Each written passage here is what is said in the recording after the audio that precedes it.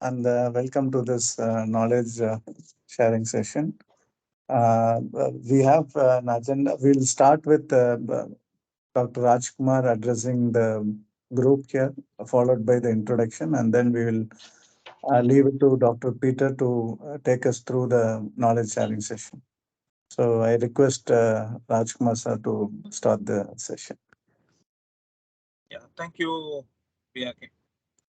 Good evening to one and all. It gives me great pleasure to welcome Dr. Peter Partell today with us. At the outset, I thank you, sir, for accepting our invitation.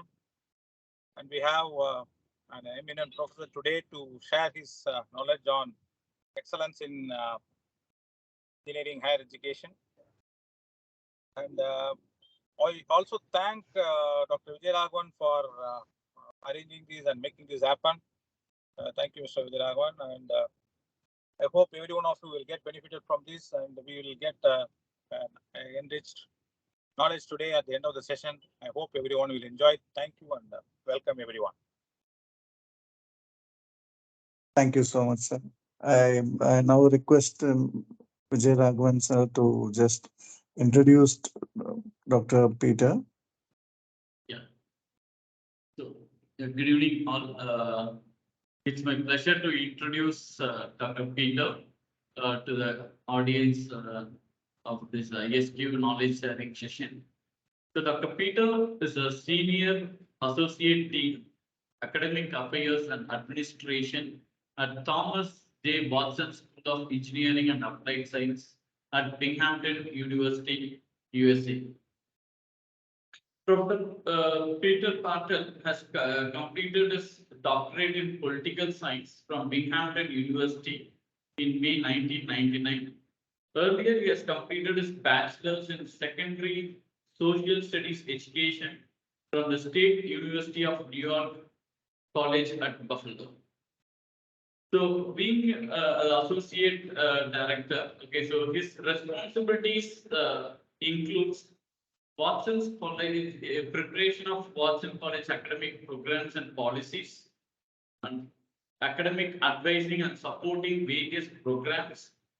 He is also responsible for developing the laboratories and computing infrastructures of the university. And he is a key person in ABET accreditation process at Binghamton University. So the major accomplishments of Professor Peter includes that increase in the graduate enrollment of about 400 students in a short time of about 4 years. And also he has managed $4 million US budget towards teaching. And during his tenure, okay, the number of research scholars in the university has increased a lot. In the year 2021, Dr. Partell was awarded with the University Award for Excellence in International Education for his success and sustainable efforts in fostering and supporting dozens of international partnerships and academic agreements. And also, from 2000 to 2008, Dr. Partell served Binghamton University as Director of Institutional Research and Planning, where he advised the administrators on the efficient use of resources and provide the required information to guide the various strategic initiatives. So today, we all are privileged to have a well-experienced resource person who is going to deliver a talk on excellence in higher education, accreditation, assessment, and institutional research. So with this brief introduction, on behalf of all the members of ISQ and the audience, I request Professor Partell to start the session. Over to you, sir. Thank you, Vijay Raghavan. It's a pleasure to be with all of you. I'm both honored and humbled. I know the members of ISQ are esteemed members of industry. And I have a humble background in higher education, and so I'm humbled but honored that you are all taking the time to to learn a little bit about quality in higher education, and I'm looking forward to the presentation. I'm looking forward to the questions and any interactions that we can have, so we can all learn from each other, and hopefully you find some nuggets of value in what I'm about to describe. If I could I'll just jump in, and thank you for the introduction. Let's make sure I can advance my slides here. There we go. Okay, so as the introduction from Vijay Raghavan described, I'm a little bit of an oddity. I am a social scientist by training. I'm a teacher originally by training, and then did my graduate work in a social science and political science. And I did research on the quantitative study of conflict. And that was what my dissertation was all about. And so I published some papers along those lines, quantitative research methodology papers, and using probability models, maximum likelihood type models. But rather than going the academic route, I decided to go into into higher education administration. And I became a research analyst in the Institutional Research Office, and then was appointed Director of Institutional Research. And I served in that role from 2000 to 2008. And later on in the discussion, I'll give you a little bit more information about what an institutional research office is and does. But I think what you'll see is, as Director of Institutional Research, I learned a little bit about a lot of the institution. And I was heavily involved in institutional in planning for the institution, strategic planning initiatives, and also bringing to bear data to support institutional research and planning at the institution. From there, I came over to the Watson College, which houses the engineering and computer science programs. I have yet to find another associate dean of an engineering college who is not an engineer. To my knowledge, I may be the only one. So I always tell people I'm not an engineer. I fully disclose that, but I do like to hang out with engineers. And since I've been here since 2008, I'm assuming they kind of like to hang out with me. So it's a good fit. It's a good match. I think we think a lot alike, but I am a bit of an odd duck when it comes to that, when it comes to my career trajectory and where my career has taken me. As Associate Dean, I am involved with ABET accreditation. So, I have extensively worked with ABET. We have ABET accreditation for our computer science program through the CAC, which is the Computing Accreditation Commission of ABET, and all of our engineering programs are accredited through the EAC, which is the Engineering Accrediting Commission of ABET. I've been involved in full reviews, interim reports, interim visits, the whole thing.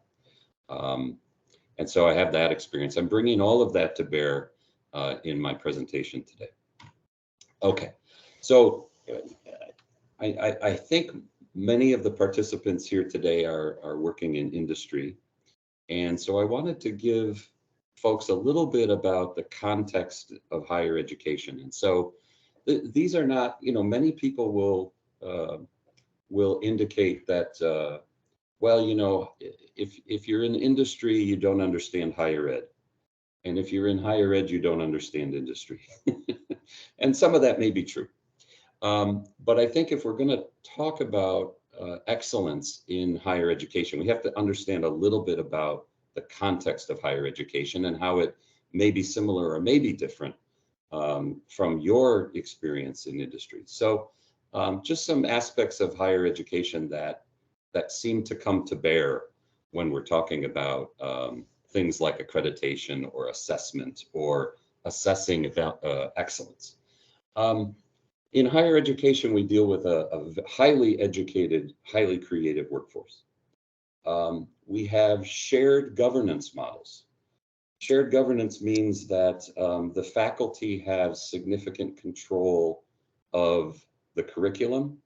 They have significant control of academic policy, or at least significant input into academic policy. And they have significant input into how the institution itself is managed.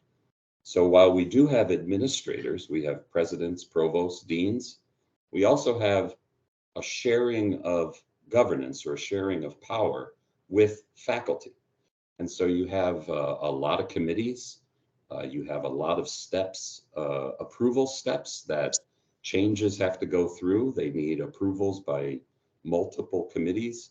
And so it tends to make higher education or change in higher education slow. Some would say difficult. Some would say our institutions are inflexible, but there is an inherent trust in the process of shared governance. And so things can take a little bit more time. We also have tenure. Faculty can achieve tenure, staff can achieve permanency. We have a lot of involvement from collective bargaining, labor unions. So virtually every employee on campus is part of some bargaining unit. And so what I like to tell people who are earlier in their career when they come into higher education, or at least into the administration side of higher education, is you can't tell anybody to do anything.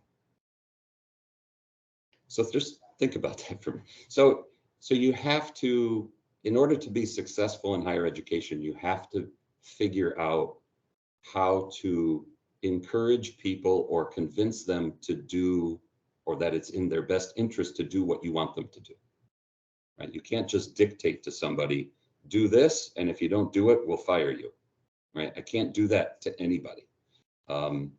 So it requires powers of persuasion or a little bit more skill and skills of influence, I think, are more important. We have a history of sharing best practice in higher education. This is an example, right? This is ISQ is an example of a body of people who come together to share best practice, and that is rampant in higher education. And over time, after hundreds of years of that sort of environment, there's this suspicion of competition. In fact, it's difficult to get people to even recognize that they're in a competitive environment. So this idea of competition is something that can be a little bit difficult in higher education. Trying to convince a member of an employee of a company that you're in a competitive market is probably not a difficult thing to convince them of. But can I convince a professor of mechanical engineering that his role, that he is in a competitive marketplace? That's a little bit different kind of conversation. It's often true that leaders are not trained in management. People are rewarded for success as a good teacher or a good researcher or a good writer, right? They're not rewarded necessarily for being a good leader. In my career, I've seen this change. I've seen the types of people who arise to leadership in higher education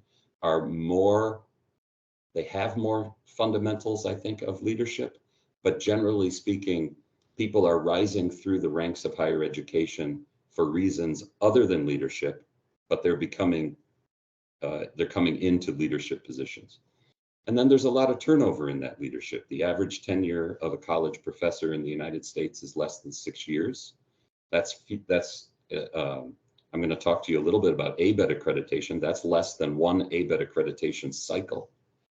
And so when leadership changes, strategic direction can change. And so you have this kind of rapid turnover of strategic plans. The downside of that is for, say, a professor who's tenured, who's going to be here for 30 more years, they can just wait it out, right? If they don't like what the management is doing, oh, well, the management's going to change in a few years. I'll just wait it out. So you get that kind of thing happening in higher education.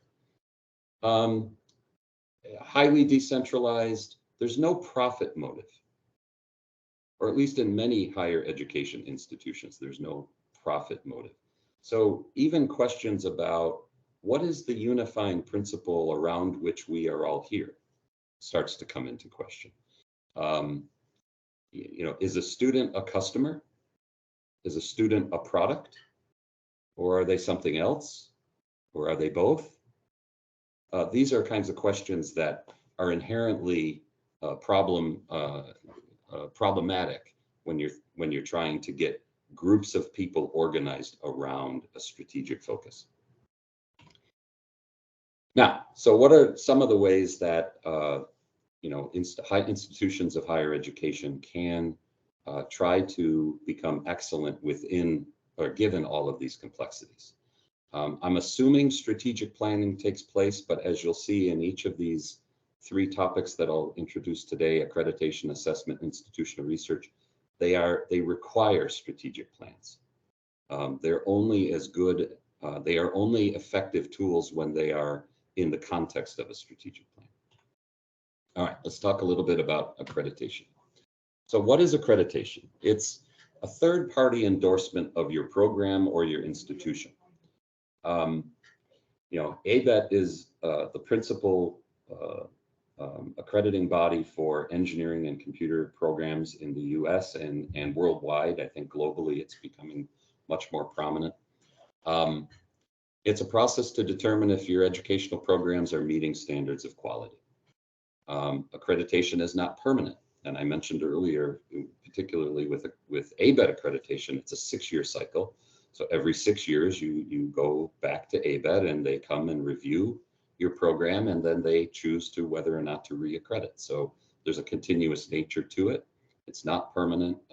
There has to be an ongoing process to determine whether you're continuing to meet standards. So why might you seek accreditation? Well, in the US, for instance, it's required. Especially in New York State, for ABET accreditation, for engineering programs, they're required to be ABET. I cannot offer an engineering program in New York State that is not accredited. So sometimes there's a legal or statutory requirement to do it. If you didn't have that statutory requirement, you might want to be accredited because it will raise the reputation of your program. Our School of Management, our business programs are accredited. There's no legal requirement that our management programs be accredited, but it helps to raise the reputation of the business school to have the program accredited.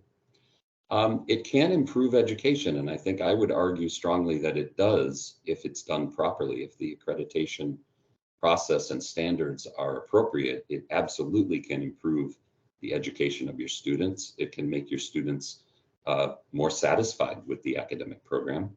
And it certainly can make employers more satisfied with the program, as they can be assured that the quality of the students who are graduating from the programs are strong. And this is a little bit of an oddball, but I think it can improve faculty morale. I think anytime you have, anytime you can bring people together around a uniform goal, and you get people united with a common purpose, that improves morale. And I think accreditation, as I have seen with faculty in our programs, they really do come together around accreditation and issues of accreditation, because it's in their benefit to be affiliated with a program that is accredited. And of course, it satisfies the increased demands for public accountability, which in higher education, as costs have gone up, there's been tremendous pressure among the public to demand accountability from higher education institutions. There's a couple different types of accrediting that can take place. You can have an institution that's accredited. So Binghamton University, my university, is accredited. It's accredited by Middle States Higher Education, Middle States MSCHE, Middle States Commission on Higher Education. And in the United States, there's what we call a system of regional accreditors. So the United States is divided up by region, and different accrediting bodies accredit the institutions within that geographic region. We fall under the Middle States Commission's region. But then, as I've already mentioned, ABET or AACSB, these are types of accrediting bodies that accredit particular types of programs. And again, ABET, Accrediting Board for Engineering and Technology, and the AACSB is Schools of Business. Our U.S. Department of Education does oversee the accreditation process, but it is not directly involved. In other words, it provides oversight of the accreditors, but it does not do the accreditation itself. It leaves the standards of accreditation to be developed by the accrediting bodies themselves. Now, if you wanted to assure the quality of an academic program, what aspects of the program might you look at? Anybody want to jump in and throw some answers out there? I'm just curious. So you're all engaged in quality efforts, assessing quality of your businesses, your operations, your products. If you were going to turn your attention to an academic program, just off the top of your head, what do you think are some of the things you might look at?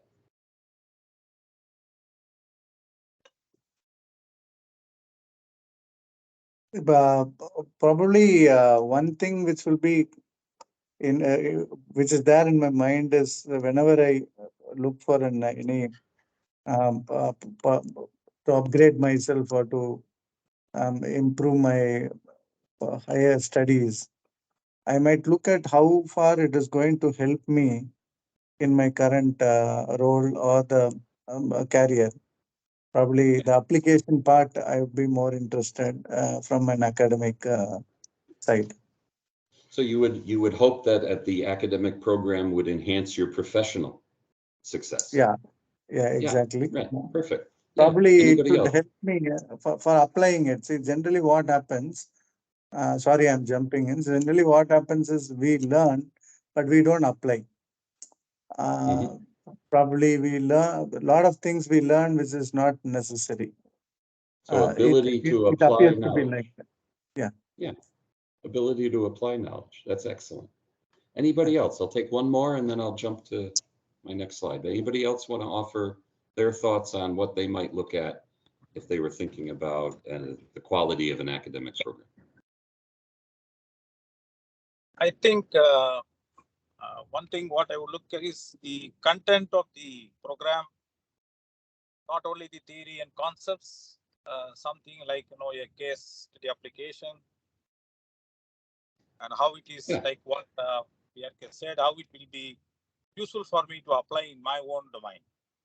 Yeah, excellent. You'd look at the content of the curriculum and make sure that it's relevant to a career or a profession or a job, right? You would look at the relevancy, the content of the curriculum and the relevancy of the curriculum, right? Excellent. Okay. Yeah, excellent. All right, we're time for one more. This is kind of fun. Anybody else?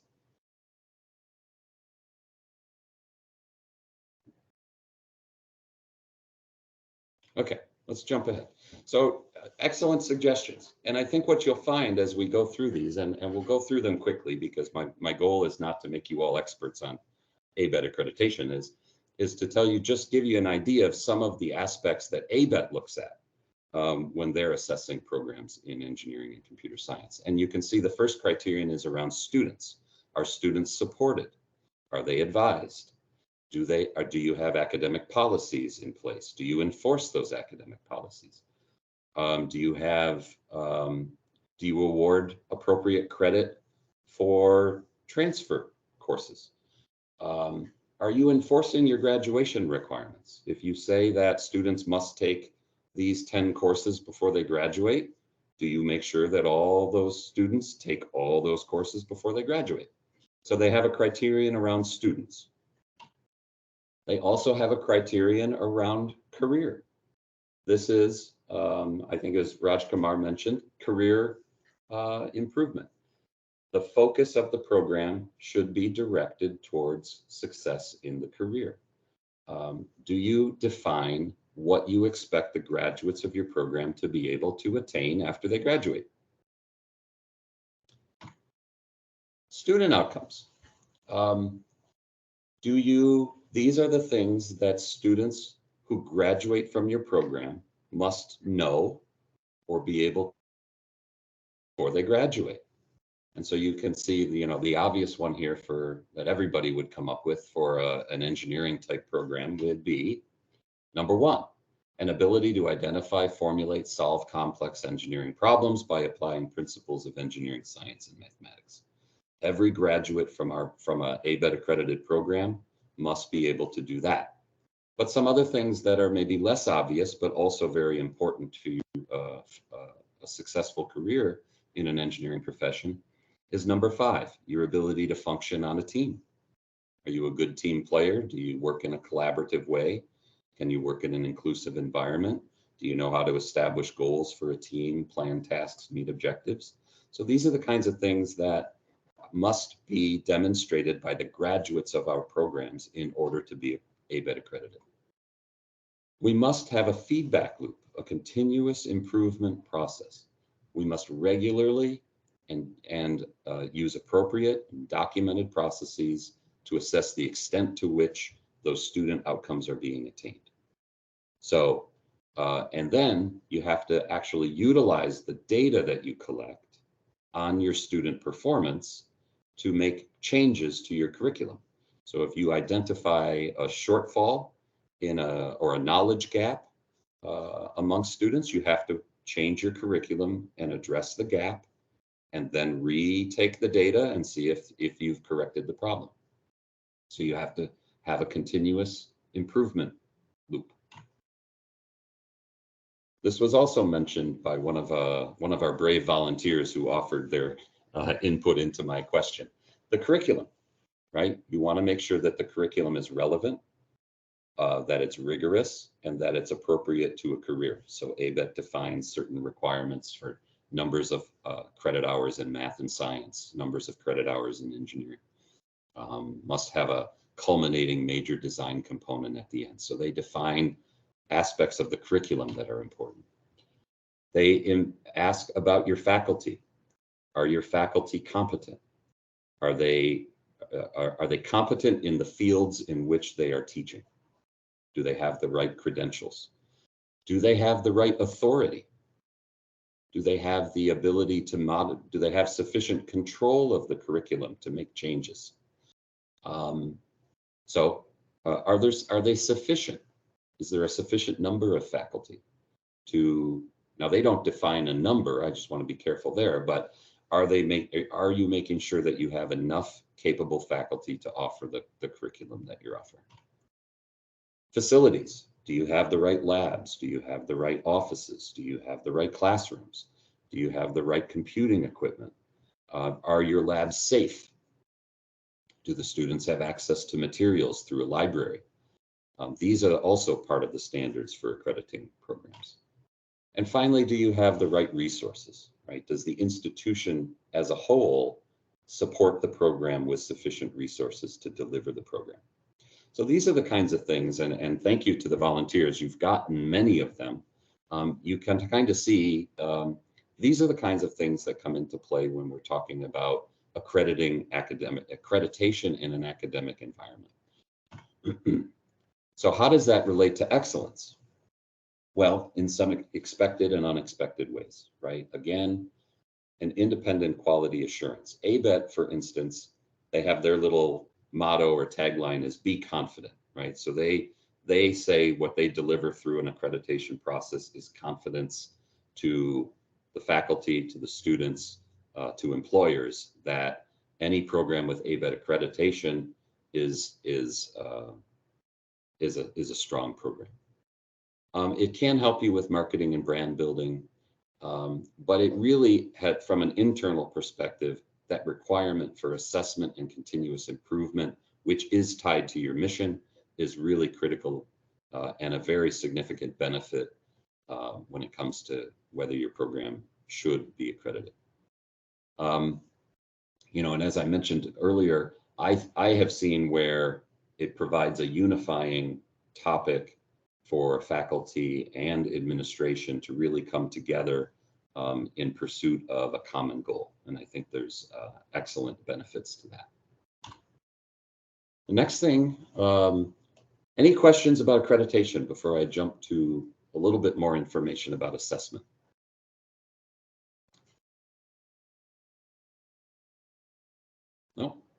Yeah, Anybody? no.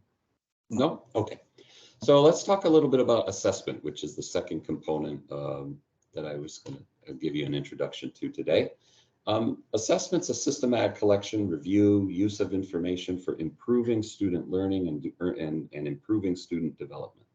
So this is where we're talking about, are we collecting data that demonstrates that our programs are doing what we want them to do? Now, there's two different types of assessment in higher ed. So we talk about summative assessment, and these are things you would be, very familiar with and come to mind. So this is your course grade, right? A summative assessment. How much of the material did a student learn, right? So the most common example of that is a grade on a final exam or the grade on a midterm exam, where you're just measuring how much did the student learn? How much do they know? Can they do the things we want them to do? Sometimes these things are used for rankings. I know some national type exams where students are then admitted perhaps into college based on the results of an exam like that. That's an example of a summative type of assessment. But there's another type of assessment, a formative assessment. And a formative assessment has a different purpose. Its purpose is to improve or to give feedback to the process itself. So these are, low stakes kind of assessments. Think of it like, a student gives or a faculty member gives just a pop quiz in class and says, hey, on the material we just covered, can you answer these three things? And that doesn't necessarily go into the grade for the student. It's just, it gives the faculty member a way of figuring out and gauging whether the students are moving along towards the end goal or whether they need to stop, maybe reteach some concepts, give students more practice. So formative assessments have a different goal. Their goal is not to measure how much you've learned as of the end of a class, but to find out whether or not the student is progressing in the direction we want them to go. There's also different levels of assessment. One, some of the ones I just mentioned are really course level assessments, right? Is the student learning the material in a course? Things like quizzes, tests, assignments. But when it comes to improvement and excellence, or you're thinking about the excellence of an institution or a program, we're really talking about a higher level of assessment. Is the program delivering on its stated goals? And that is a focus on what does the student know when they graduate, right? They may not learn they're not going to know everything after the first year, right? They may learn some things the first year, they learn additional things the second year, the third year, the fourth, but by the time they get to the fourth year and they graduate, these are the skills. Do they have all of the skills that we've been trying to build in them through the entirety of the program? So essential components of that kind of process are, you have to be clear on your mission. You have to be clear on the skills that you want your students to know. That requires faculty to come together to discuss what is it that we all want our students to be able to do by the time they graduate.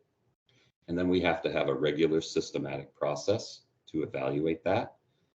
We have to develop the measures that are going to indicate to us whether we think they have the skills that we need. We probably want to put in here some direct assessments. So a direct assessment is an example, would be an exam problem. An indirect assessment would be an example of asking a third party whether our students are good at math.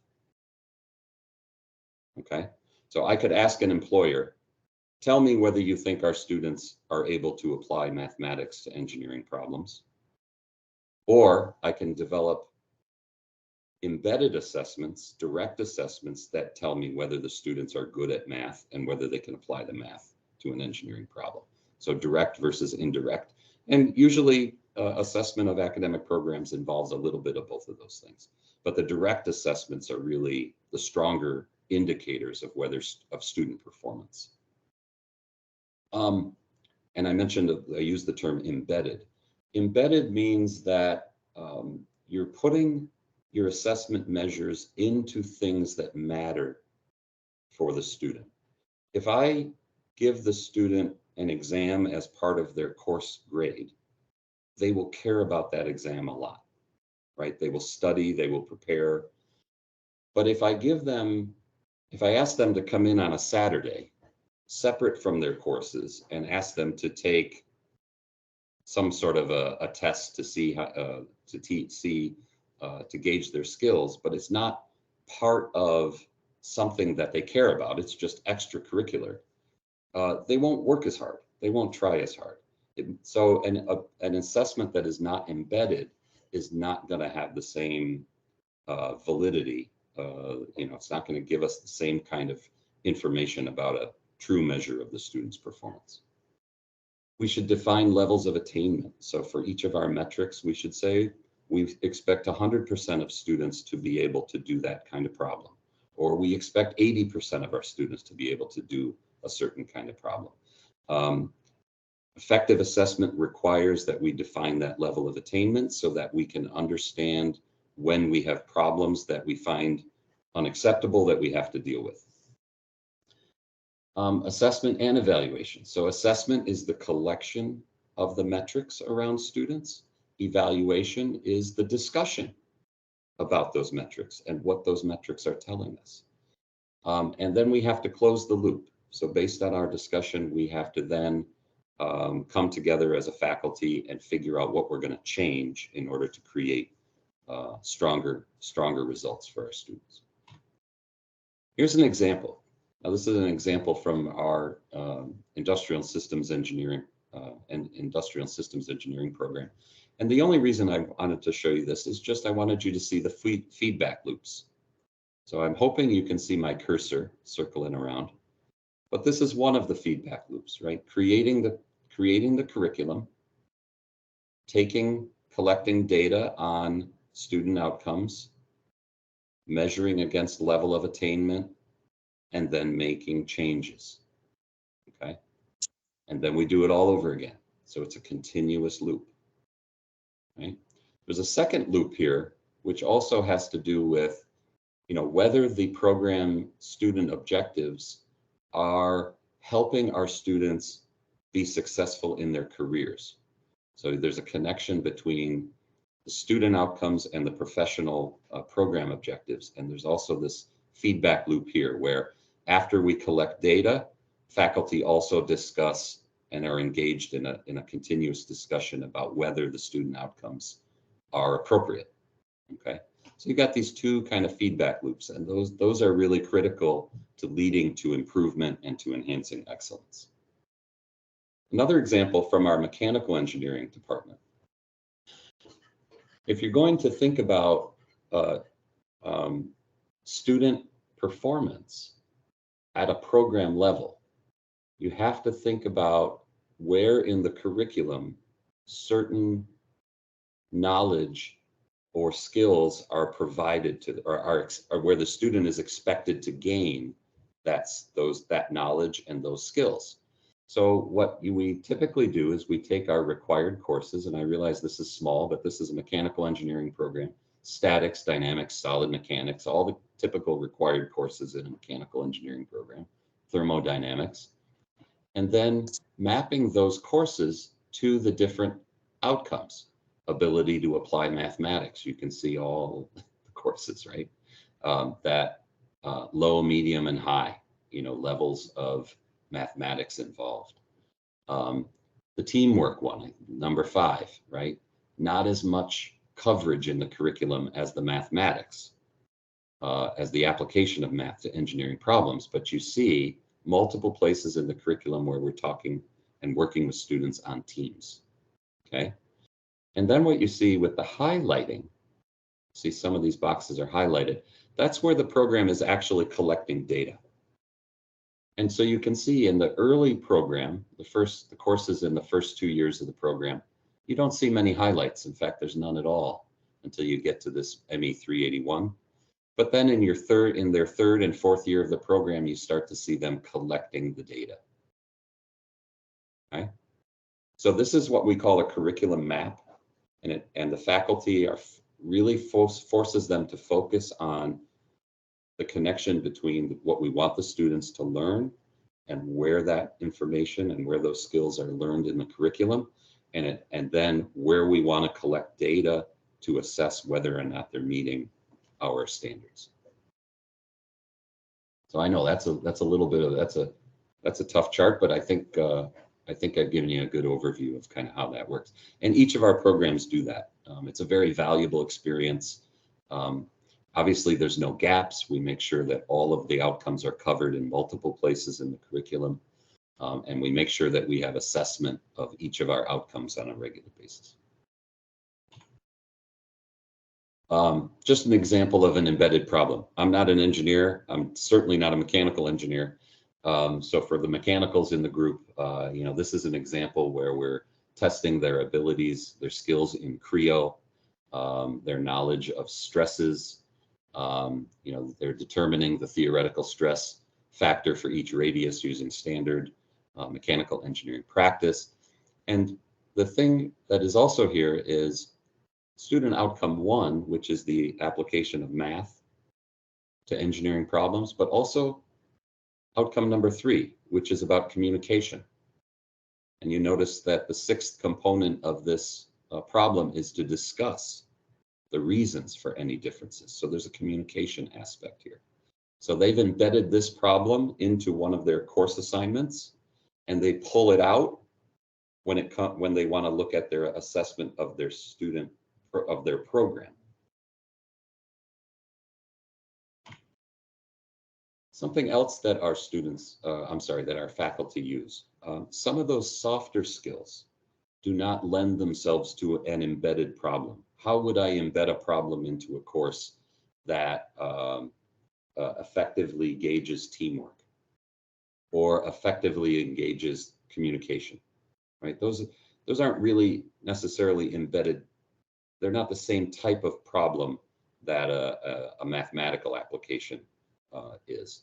So for some of those kinds of what we would call softer skills or professional skills, our faculty will often use a rubric. A rubric is really a way of assigning points to an assignment of a student. So in this particular case, they were to produce a bibliography as part of their assignment.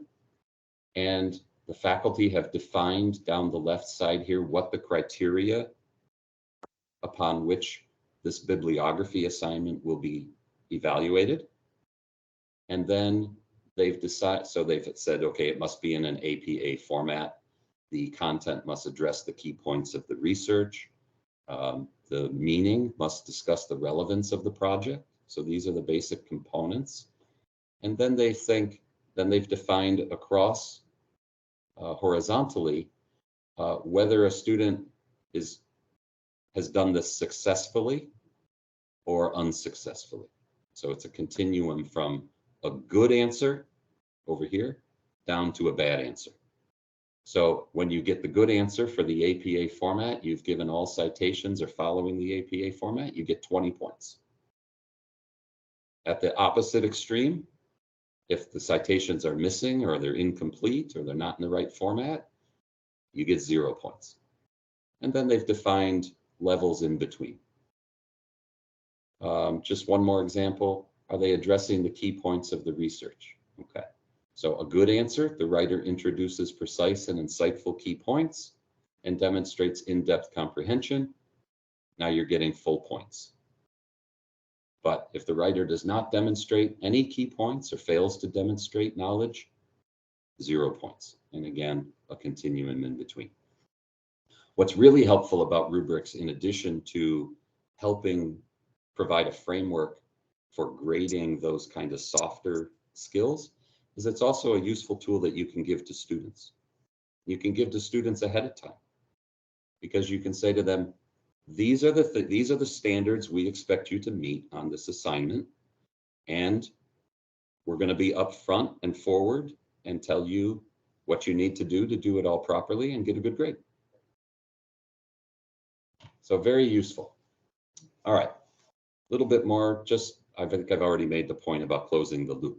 Collecting of the data, discussion of the data, and then diagnosing the problem, making corrections, and coming back. It's very, very similar to a continuous improvement cycle in an industrial context. Okay. Again, how does program assessment connect with excellence? Well, it ensures a clear definition of learning and professional expectations. It creates measurements of attainment and regularly and systematically reviews student performance. It requires that any issues you identify be addressed. And it leads, if done properly, it leads to improvement. And the work is done by the faculty of the program. The only people that can do that work are the faculty of the program, and it really creates an investment for faculty in the end result and the graduates of the program. All right, last topic, very quickly, institutional research, a topic that's near and dear to my heart as I started my career in this field. And I don't know, honestly, I've traveled to India many times, and I've met with many institutions in India, and I honestly can't say that I've come across institutional research offices at universities in India, but that may be my own knowledge gap. So I'm not willing to say there aren't any, but I can say I haven't encountered any. What is an institutional research office? Well, if you start with the assumption that progress is made where progress is measured, you need to have somebody on your campus who's responsible for measuring things. And that's what institutional research offices do. In part, they are the people who measure things. They measure them in a standardized way. They collect data at regular times. So for instance, you might collect data the first day of classes. Let's say you collected enrollment data on the first day of class.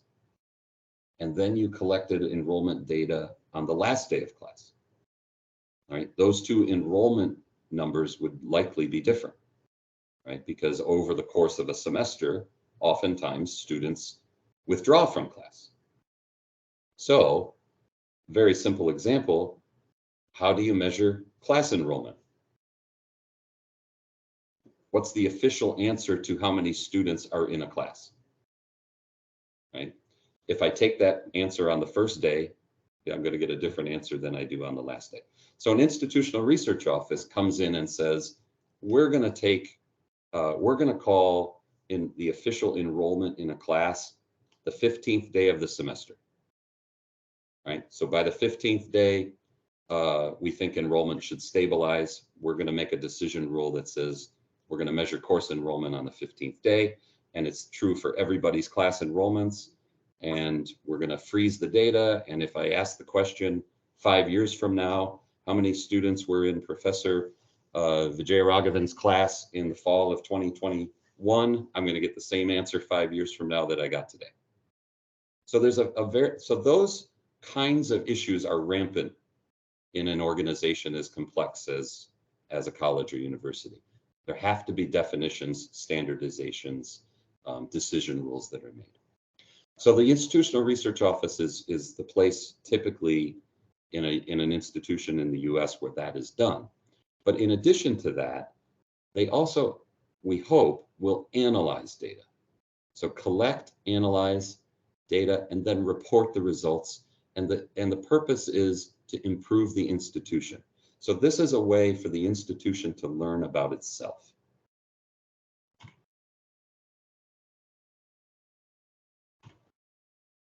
The goal of an institutional research office is to improve the institution.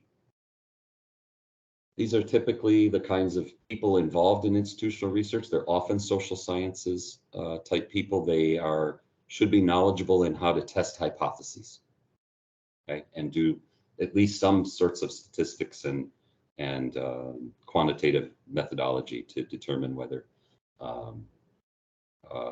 significant relationships exist between variables and things like that. And you should be a good communicator because you're often communicating to a non-quantitative audience. Okay, some of the things that institutional research offices do: enrollment management, admissions, retention, graduation. Within the realm of what we would call student affairs, they might be involved in management of dormitories, satisfaction with campus activities, satisfaction with career services, satisfaction around the student environment.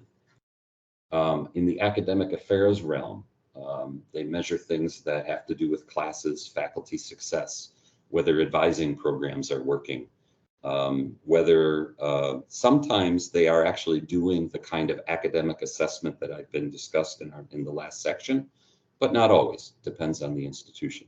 But they certainly can play a role in the academic affairs of the institution.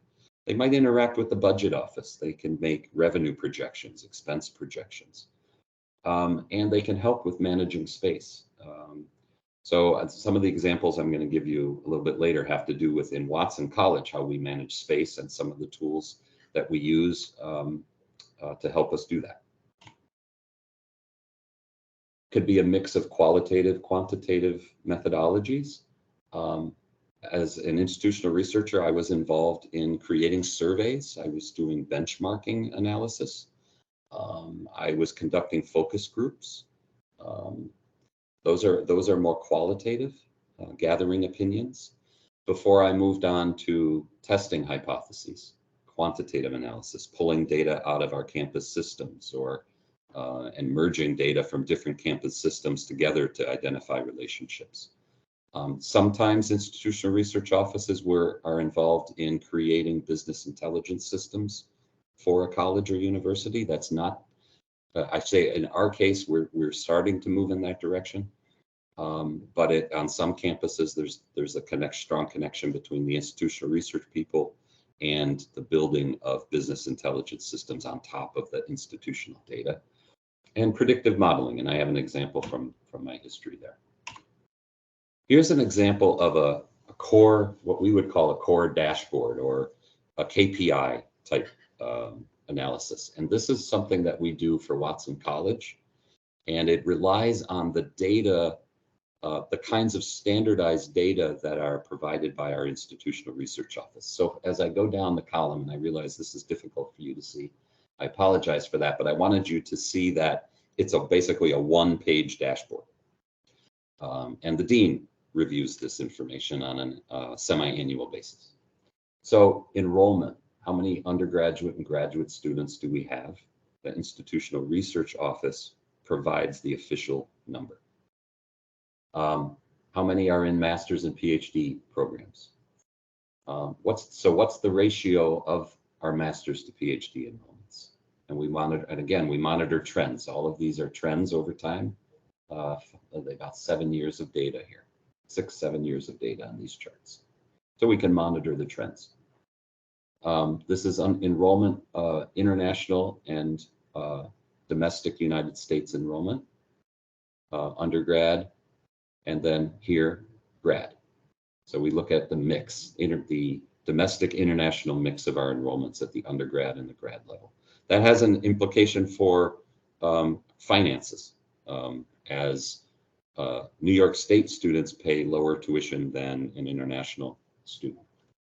The next column here, set of charts, have to do with our faculty. How many are full-time? How many are part-time? And what are the trends in that? Are we seeing our trends going up? And the percentage of our faculty who are on a tenure track. Percentage of our faculty who are female. Our student to faculty ratios, both at the undergraduate level in the blue and the total level. So again, we like to monitor the trends, make sure they're not going in the wrong direction. We look at our student to staff ratio. Do we have enough staff to support our students? Is that ratio starting to go in the wrong direction? Or, so we keep an eye on our staff to student ratio. The next set of charts have to do with research productivity of our faculty. Are they getting are they spending research money? So that's an odd thing we measure in colleges and universities. We measure expense as a function, as a measure of our output, of our production. It's always struck me as a little bit strange, but yeah, the idea is that when you spend research money, it's a reflection of the productivity of the faculty, because the faculty, in order to spend the money, the faculty member had to get the grant or apply for the grant, win the grant, and then spend the money. So we watch how much money we're spending from grants, and we like to make sure that those trends we're working to increase the expenditure. But we do also track how many successful how many millions of dollars have been awarded to us, how many patent applications we've made and invention disclosures our faculty have made, and whether we're generating money from the transfer of technology. And then we look at percent of our tenure track faculty who are engaged in research activity. We also look at admissions information. Are we maintaining a healthy place in the admissions market? Are we getting good quality students that we want?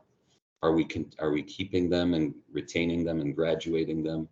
And you can see this one, we look at our 6-year graduation rate to make sure that it's not declining, but also that it is at a high level.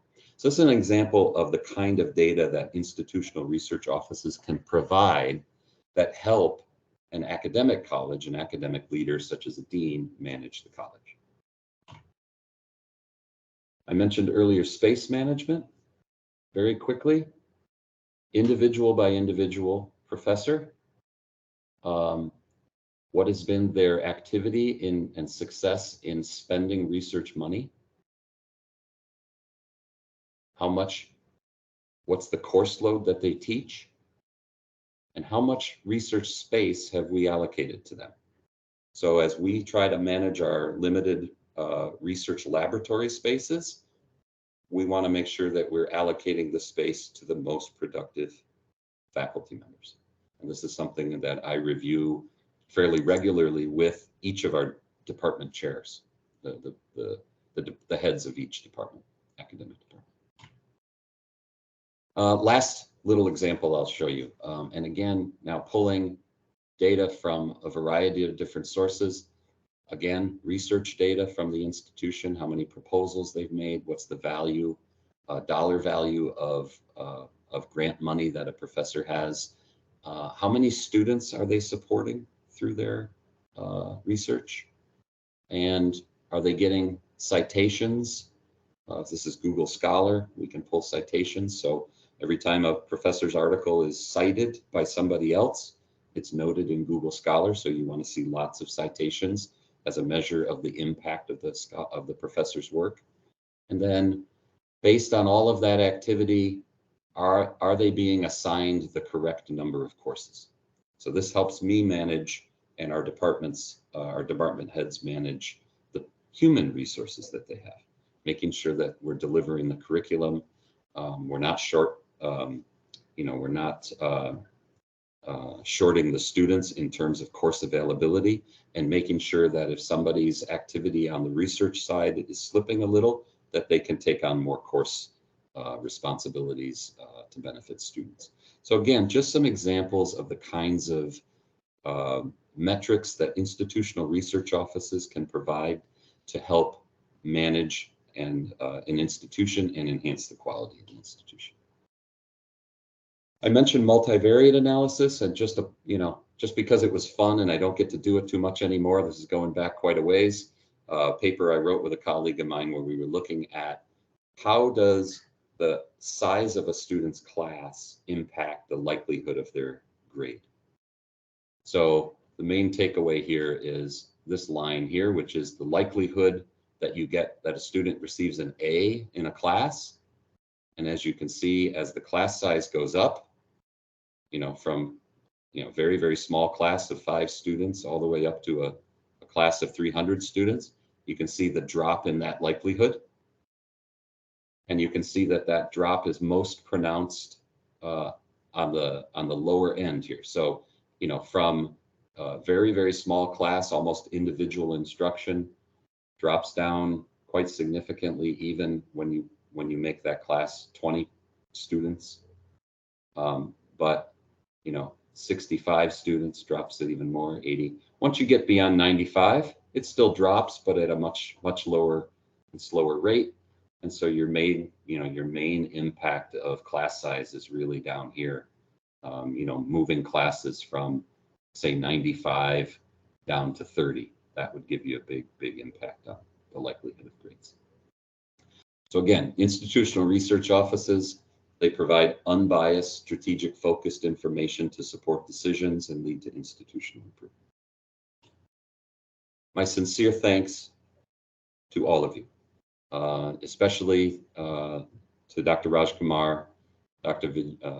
Vijayaraghavan, and I believe at this point I can turn it over to questions. I know some of our other colleagues from the ISQ Chennai chapter, who I have not met yet, Dr. Rajan and Mr.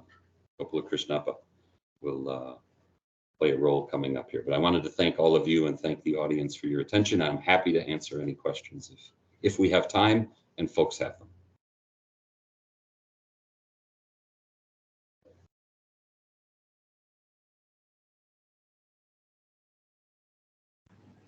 Hello, am I audible? Yes. Yeah, hi. Thank you, sir, for that. So currently, I am working along with a fellow student on implementing 5S in our Department of Mechanical Engineering as part of our minor project. So I was wondering if you could perhaps give us some insight or guidance on how to go about it from a student's perspective, I mean, how should we try to approach this considering the currently limited knowledge that we have, but how would you like us to go about it, and really implement this in our entire department? What's the in terms of how are you trying to apply the 5S model? You're So trying to we just want to we just want to reduce waste in our work. So since we're in mechanical engineering, we have a lot of labs, and labs require components, faculty, labor hours, all that. So we just want to reduce waste, declutter the environment, optimize performance, efficiency, all that, using the principles that we were taught or that we've learned. So Sure. that's how we want to do it.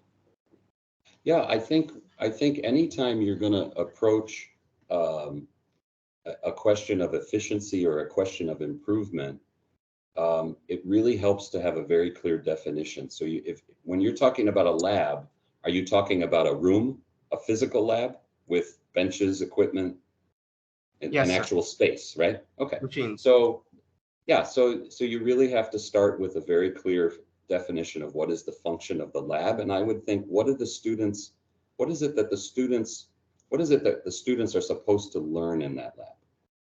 Right? What are the skills they're supposed to learn, or the application areas of phenomenon that they're supposed to learn? And that really has to drive all of the even as you apply your 5S model, right?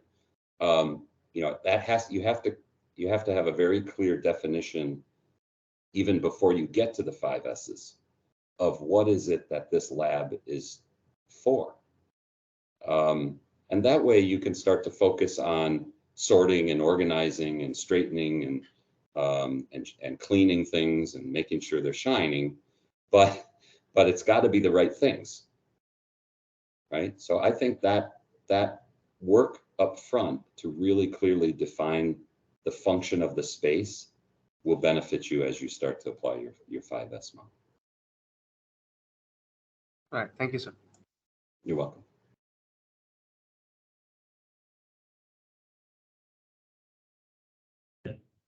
Thank you, Professor. Your session was more interesting. So, as some of my students were also attending this session. Okay, now I can see some of my students there. And as many industry experts are also attending, so the concepts what you have been sharing in this session are more somewhat we are familiar with these topics because we are also an ABET accredited institution. So we also follow whatever the metrics you have shown here. So now the session is open for the participants, okay, to have an interaction with the Professor Partell. I think it's great that the students get to see, because if your students at SRM are like our students, the accreditation work that we do is really transparent to them. They don't really see that. It's behind the scenes. They see, they benefit from that work, but they don't really see all of the work that happens. And so I'm thank you for letting me know that there were students here, because I think for those students, they now have a better appreciation of the kind of work and efforts that the faculty put in to make sure that the curriculum and the programs are helpful for the students, that they're the best they can be. And I hope the students gained a little bit of insight into that, maybe a little better than they had before. It's a tremendous amount of work that faculty do around ABET accreditation and making sure that the program maintains its accreditation. Yeah, thank you, Professor. If there is any questions, you can just switch on your mic and ask, or else we can go to the final session. I might request Gopal to share the vote of thanks. If there is any questions, just we'll wait for a minute and then I will hand over to Gopal.